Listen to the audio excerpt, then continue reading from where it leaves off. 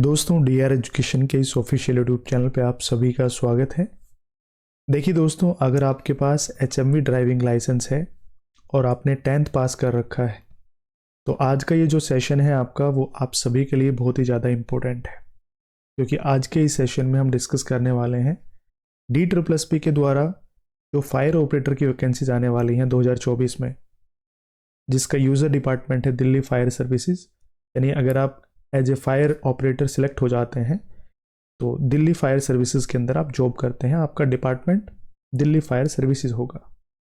ठीक है, तो आज का जो हमारा ये सेशन है इसमें जो सबसे ज़्यादा इम्पोर्टेंट पॉइंट्स हैं कि आपकी एजुकेशन क्वालिफिकेशन इसमें क्या कुछ मांगी गई है, मीन्स एलिजिबिलिटी क्राइटेरिया क्या होना चाहिए, ड्राइविंग का एक्सपीरियंस मांगा जाता है क्या नहीं मांगा जाता है, इसमें एज लिमिट क्या होनी चाहिए, एज में अलग अलग कैटेगरीज के हिसाब से एज रिलैक्सेशन मिलता है तो वो कितने साल का मिलता है, क्रूशियल डेट कौन सी मानी जाती है, इसका सिलेक्शन प्रोसीजर क्या है, फिजिकल पहले होता है या रिटन एग्जामिनेशन, फिजिकल में क्या क्या स्टेजेस हैं वो क्लियर करने होते हैं, रिटन एग्जामिनेशन में कौन कौन से सब्जेक्ट इंक्लूड रहते हैं, है ना, ड्राइविंग टेस्ट जो होता है आपका उसमें कौन सी गाड़ी चलवाई जाती है और कौन कौन से ऑब्स्टिकल्स हैं वो क्लियर करने होते हैं। साथ में जो थ्योरेटिकल टाइप का पोर्शन आता है आपका ड्राइविंग स्किल टेस्ट के टाइम पे, तो उसमें कितने मार्क्स आपको अचीव करने होते हैं, है ना, थ्योरेटिकल टाइप में जो क्वेश्चंस पूछे जाते हैं उनका लेवल किस प्रकार का होता है, इसकी जो फाइनल कट ऑफ है वो कितने मार्क्स में से जाती है ना, क्या फिजिकल के मार्क्स भी ऐड होते हैं फाइनल कट ऑफ के अंदर या सिर्फ रिटन एग्जामिनेशन के होते हैं या फिर ड्राइविंग टेस्ट के भी होते हैं। अभी जो पिछली भर्ती थी, है ना, पोस्ट कोड 18/19, उसकी फाइनल कट ऑफ क्या गई थी, तो वो भी आपको आइडिया लग जाएगा कि हमें किस हिसाब से तैयारी करनी है, कितने मार्क्स हमें अचीव करने पड़ेंगे, तभी आपका सिलेक्शन श्योर हो सकता है। उन सभी पॉइंट्स के ऊपर आज के सेशन में बात करने वाले हैं। आपकी काफ़ी हेल्प होगी अगर आप दिल्ली फायर सर्विसेज के अंदर as a fire operator select होना चाहते हैं तो चलिए स्टार्ट करते हैं आज का सेशन, और आपके जितने भी डाउट्स हैं वो सारे के सारे क्लियर करने की मैं पूरी कोशिश करूँगा। सबसे पहले हम बात कर लेते हैं एजुकेशनल क्वालिफिकेशन की, कि इसमें आप कितने पढ़े लिखे होने चाहिए और जो मैंडेटरी या असेंशियल क्वालिफिकेशन है उसके अंदर कौन कौन से जो चीज़ें हैं वो इंक्लूड रहती हैं। तो सबसे पहले आप 10th पास होने चाहिए और आपके पास HMV means heavy motor vehicle चलाने का ड्राइविंग लाइसेंस होना चाहिए। ठीक है, सेकंड पॉइंट वही है।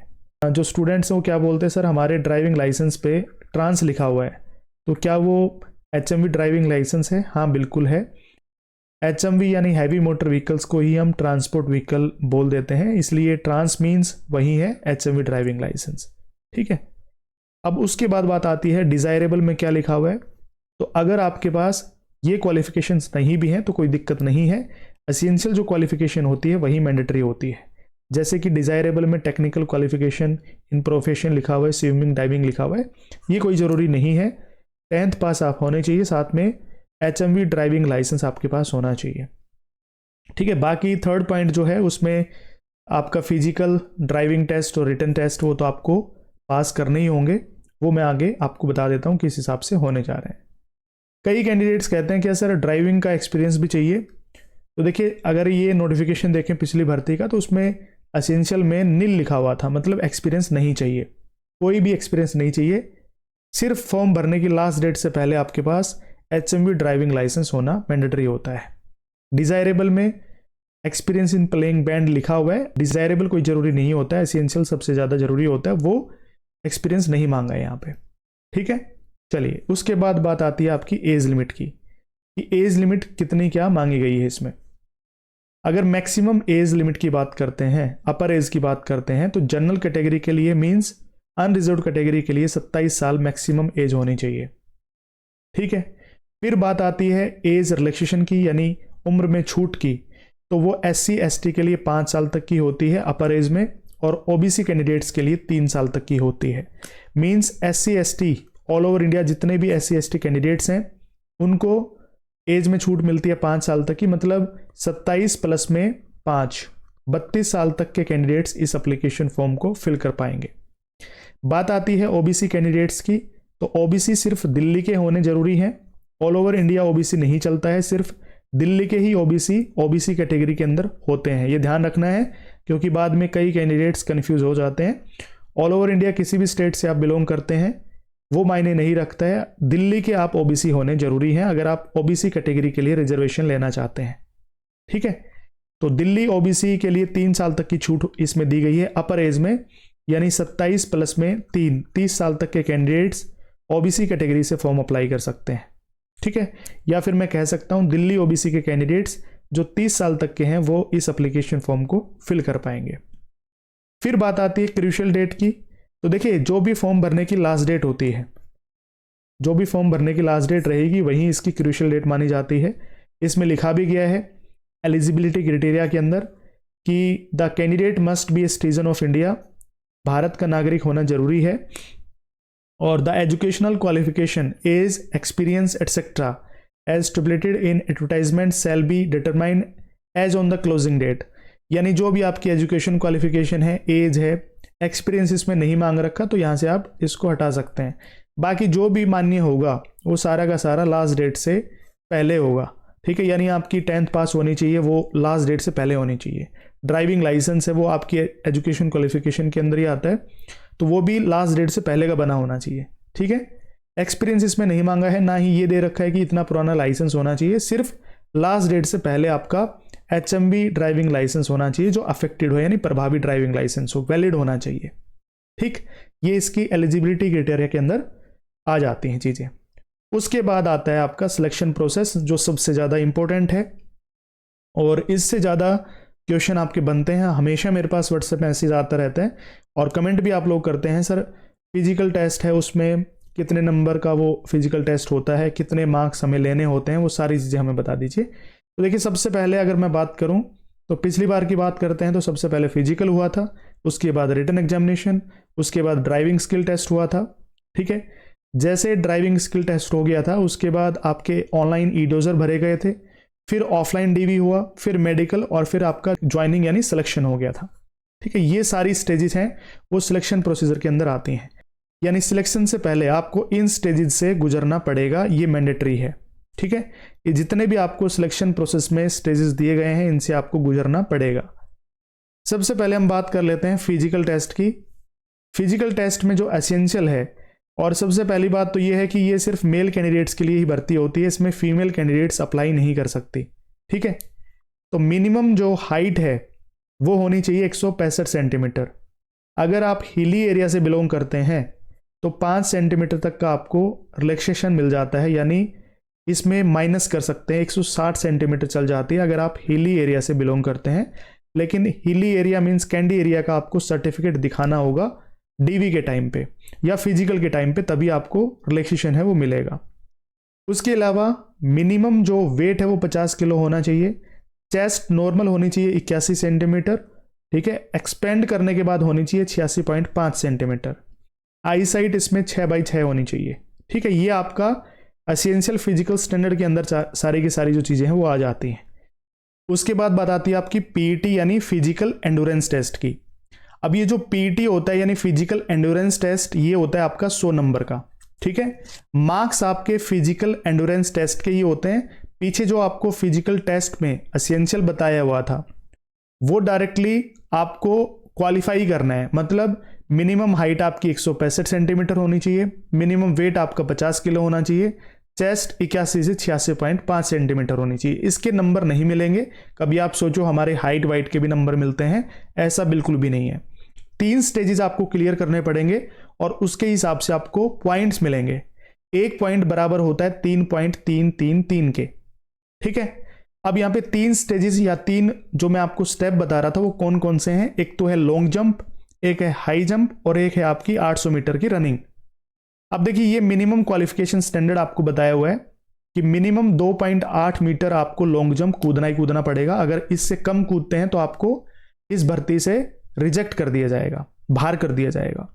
हाई जंप आपको 0.8 मीटर तो लगाना ही लगाना पड़ेगा। अगर आप इससे कम लगाते हैं तो इस भर्ती से आपको बाहर कर दिया जाएगा।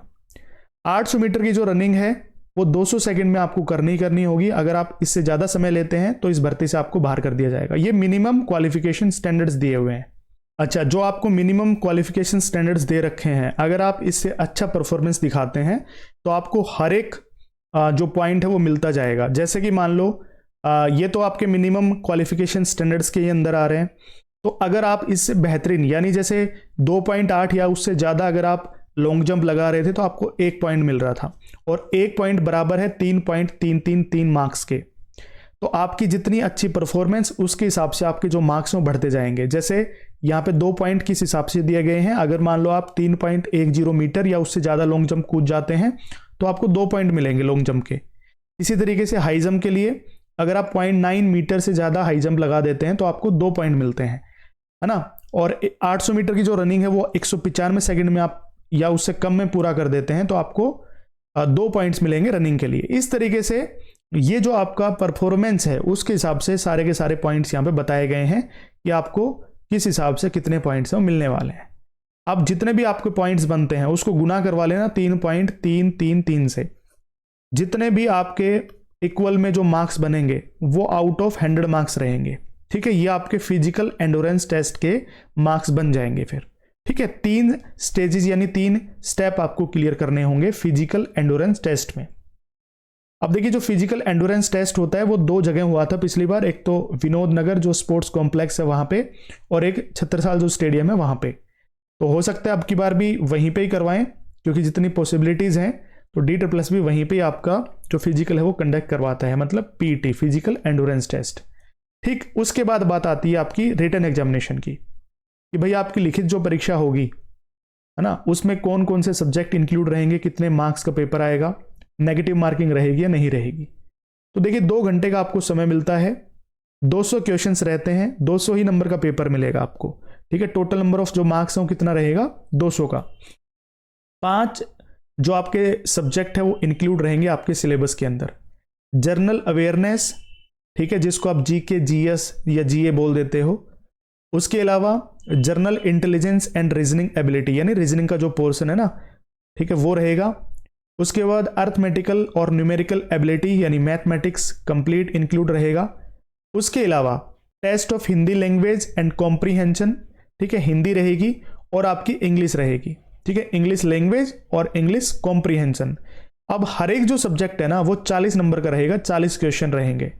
तो 5 सब्जेक्ट हैं और हर एक सब्जेक्ट के 40 क्वेश्चन रहेंगे, तो 200 क्वेश्चन हो गए आपके जो MCQ टाइप क्वेश्चन रहेंगे, ठीक है। मल्टीपल चॉइस क्वेश्चंस रहेंगे जो रहेंगे टोटल 200 ही क्वेश्चन, 200 नंबर का आपको पेपर। नेगेटिव मार्किंग है वो रहेगी 1/4, ठीक है। अगर आप लगातार 4 क्वेश्चन है वो गलत कर देते हैं तो आपका 1 नंबर है वो कट जाएगा। अगर मैं मिनिमम क्वालिफाइंग मार्क्स की बात करता हूं तो यहां पे आप देख सकते हैं जनरल कैटेगरी के लिए 40% अंक लेने जरूरी है, OBC दिल्ली के लिए 35% अंक लेने जरूरी है, SC ST जो कैंडिडेट्स हैं उनके लिए 30% अंक लेने मैंडेटरी हैं, यानी ये मिनिमम क्वालिफाइंग मार्क्स हैं। और अगर आप एक्स सर्विसमैन कैंडिडेट्स हैं तो आप अपनी जो भी कैटेगरी है उसके हिसाब से 5% और लेक्स कर लेना यहाँ पे, उसके हिसाब से आपको मिनिमम मार्क्स लेने होते हैं, ठीक है, ये ध्यान रखना है आपको। अब बात आती है कि रिटन एग्जामिनेशन के बाद कौन सा स्टेप आता है। देखिए जैसे आपका रिटन एग्जाम जो हो जाता है उसका रिजल्ट जैसे आ जाएगा उसके बाद आपको ड्राइविंग स्किल टेस्ट के लिए बुलाया जाएगा। जो भी कैंडिडेट्स रिटन को क्वालिफाई कर देते हैं, ठीक है, रिटन एग्जामिनेशन को, उसके बाद उनको ड्राइविंग स्किल टेस्ट के लिए बुलाया जाता है। तो ड्राइविंग स्किल टेस्ट जो होता है वो आपका 100 नंबर का होता है अगर मैं टोटल मार्क्स की बात करता हूं, लेकिन जिसमें आपकी गाड़ी चलानी होती है, ठीक है, जब आप गाड़ी चला करके दिखाएंगे यानी जो आपका ड्राइविंग टेस्ट है वो होता है 80 नंबर का, जिसमें मिनिमम आपको 48 नंबर लेने ही लेने होते हैं, ठीक है। थ्योरी टेस्ट भी होता है, जैसे अगर मैं 18/19 की भर्ती की बात करूं तो स्लाइड पे आपको 20 क्वेश्चंस दिखाए गए और उसके हिसाब से आपकी OMR भरवाई गई थी। तो 20 नंबर का जो आपका टेस्ट रहेगा जिसमें traffic rule and regulation, road sense, lane sense, motor vehicle act, ठीक है, इस प्रकार के क्वेश्चंस बनते हैं। तो 20 क्वेश्चंस आपसे पूछे जाएंगे और उनमें से 12 नंबर आपको लेने जरूरी होते हैं। ओवरऑल बात करें तो इन दोनों को अगर आप जोड़ेंगे तो मिनिमम 60 नंबर लेने होते हैं 100 में से, तभी आप पास माने जाएंगे। अगर 60 से 1 नंबर भी कम हो गया तो आपको ड्राइविंग टेस्ट में फेल माना जाएगा, आपकी फाइनल कट ऑफ वो नहीं बनाई जाएगी, ठीक है। तो 100 में से 60 नंबर लेने मैंडेटरी होते हैं अगर ड्राइविंग स्किल टेस्ट की बात करता हूं। फिर बात आती है सर जो हमारा ड्राइविंग स्किल टेस्ट होता है यानी जो गाड़ी चला करके दिखाई जाती है, तो उसमें हमें कौन कौन से ऑब्स्टिकल बनाने होते हैं। देखिए पिछली बार की बात करता हूं तो बस चलवाई गई थी आपसे, 18/19 की भर्ती की बात करते हैं, उसका पूरा वीडियो मैंने डाल भी रखा है यूट्यूब चैनल पे, आपको मिल जाएगा। बाकी डिस्क्रिप्शन में मैं लिंक भी दे दूंगा, आप उस वीडियो को देख लेना, उसमें सारी चीज़ें मैंने दिखाई हुई हैं अच्छे से। अब उसमें कौन कौन से ऑब्स्टिकल्स बनवाए गए थे, तो देखिए सीधा एस बनवाया गया था, उल्टा एस बनवा करके देखा गया था, ठीक है। और सीधा 8 बनवाया गया था, 8 को रिवर्स में नहीं बनवा करके देखा गया था। रैंप टेस्ट था, क्लच बैलेंसिंग, और लेफ्ट और राइट एल पार्किंग थी। ये सारे के सारे दिल्ली बुराड़ी में करवाए गए थे, ठीक है। और उसका मैंने वीडियो डाल भी रखा है, छोटी सी एक क्लिप बना करके, और वीडियो भी आप सभी के साथ में शेयर करी हुई है। यूट्यूब चैनल पे आपको वीडियो मिल जाएगी, क्योंकि इस भर्ती को मैंने बहुत ही बारीकी से देखा है, आपको पता भी होगा। अगर आप लंबे समय से इस चैनल के साथ में जुड़े हुए हैं तो आपको पता होगा DSSB फायर ऑपरेटर से जुड़ी हुई कितनी वीडियोज मैं आप सभी के लिए लेकर के आया था। तो उसका काफ़ी अच्छा खासा अनुभव है इस मामले में। और जो ड्राइविंग स्किल टेस्ट है, यानी जो आपका थ्योरी वाला जो टेस्ट है ना, वो 20 नंबर की तैयारी भी इस चैनल से जुड़ करके और DR education official mobile application से जुड़ करके बहुत सारे कैंडिडेट्स ने फायदा उठाया था। तो आप भी उठा सकते हैं, DR education official mobile application download कर सकते हैं, डिस्क्रिप्शन में आपको लिंक मिल जाएगा। फिर बात आती है फाइनल कट ऑफ किस हिसाब से तैयार की जाती है ना। भाई 100 नंबर का आपका फिजिकल हो गया, 200 नंबर का आपका रिटन एग्जामिनेशन हो गया, और 100 नंबर का आपका ड्राइविंग टेस्ट हो गया। तो 400 में से कट ऑफ लगनी चाहिए, लेकिन कट ऑफ लगती है आपकी 300 में से। टोटल जो नंबर हैं वो बनते हैं आपके 300, क्योंकि रिटन जो टेस्ट हुआ था आपका 200 नंबर का, तो जितने भी मार्क्स आपने अचीव किए हैं 200 में से, तो उसके हाफ हो जाते हैं फाइनल जब कट ऑफ लगती है। जैसे मान लो किसी बच्चे ने 150 नंबर लिए हैं, तो उसका हाफ हो जाएगा, उसके काउंट होंगे 75 मार्क्स, ठीक है। तो 300 नंबर में से आपकी कट ऑफ लगती है, जो आपने रिटन एग्जामिनेशन में जितने भी मार्क्स अचीव किए हैं उसका हाफ हो जाता है फाइनल कट ऑफ के अंदर। बाकी फिजिकल में जितने भी नंबर लिए हैं वो 100 में से काउंट होंगे, और ड्राइविंग स्किल टेस्ट में आपको मिनिमम 60 नंबर लेने ही होते हैं। बाकी आपने जितने भी अचीव किए हैं वो सारे के सारे काउंट होते हैं, यानी ड्राइविंग स्किल टेस्ट में भी जो आपके मार्क्स हैं 100 नंबर में से बनते हैं। बस सिर्फ और सिर्फ रिटन एग्जामिनेशन के जितने भी मार्क्स आपने अचीव किए हैं उसका हाफ हो जाता है, ठीक है। तो आउट ऑफ 300 मार्क्स जो कट ऑफ है वो लगती है फाइनल कट ऑफ, ठीक। अगर मैं बात करता हूं पोस्ट कोड 18/19 जो पिछली भर्ती थी, जिसकी ट्रेनिंग अभी चल रही है फिलहाल में, है ना। पहला बैच है वो जा चुका है, दूसरा बैच अभी फरवरी में जाएगा, और उनकी ट्रेनिंग हो रही है। जो शुरू में 240 प्लस कैंडिडेट्स वहां पे फर्स्ट बैच में गए थे, सेकंड बैच जिनकी ट्रेनिंग अभी शुरू होनी है फरवरी से, तो उनकी जो फाइनल कट ऑफ है वो क्या लगी थी, और वेटिंग के अंदर क्या कुछ नंबर में ऊपर नीचे हुआ था वो भी मैं आपको बता देता हूं। देखिए ये थी मेन लिस्ट आपकी, है ना। मेन लिस्ट जो थी उसमें अनरिजर्व कैटेगरी की जो कट ऑफ लगी थी आउट ऑफ 300 मार्क्स वो थी 193.99।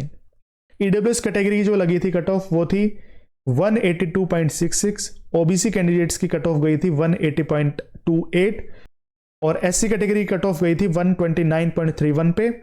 ST कैटेगरी की कट ऑफ लगी थी 157.86 पे, यानी ST कैटेगरी के कैंडिडेट्स काफ़ी थे, और इसकी कट ऑफ SC कैटेगरी से ज़्यादा गई थी, ये ध्यान रखना है आपको। मेन लिस्ट के बाद वेटिंग की बात करते हैं, तो वेटिंग में कितनी क्या कट ऑफ कम हुई थी अलग अलग कैटेगरीज के हिसाब से। बाकी वेटिंग के जितने भी कैंडिडेट्स हैं उनको बुलाया नहीं गया है अभी तक। बाकी आप देख सकते हैं यहाँ पे अलग अलग कैटेगरीज के हिसाब से कितने नंबर कम रहे हैं। तो अनरिजर्व कैटेगरी यानी जो जनरल कैटेगरी उसमें वेटिंग के लिए कट ऑफ लगी है 191.23 पे, EWS में 181.10 पे, OBC के अंदर 177.83 पे। SC के कैटेगरी के अंदर कोई भी कैंडिडेट्स वेटिंग के अंदर ही शामिल नहीं है, क्योंकि वैकेंसीज उनकी शायद कम रह गई थी। और ST कैटेगरी के जो कैंडिडेट्स हैं उनकी वेटिंग की कट ऑफ रही है 154.20, ठीक है। तो ये मेन लिस्ट की कट ऑफ रही है पिछली बार वाली जो भर्ती है उसकी, और ये रही है वेटिंग की, ठीक है। तो आपको रहना है मेन लिस्ट के अंदर, वेटिंग का वेट नहीं करना है। हो सकता है उनको बुलाया जाए नहीं बुलाया जाए, कुछ भी नहीं पता, आपको वेटिंग की वेटिंग नहीं करनी है, ठीक है। आप अपनी मेन लिस्ट के ऊपर फोकस रख के अपनी तैयारी करो। आपको ज़्यादा से ज़्यादा स्कोर करना है अपने रिटन एग्जामिनेशन में, फिजिकल में भी और ड्राइविंग टेस्ट के अंदर भी, ठीक है।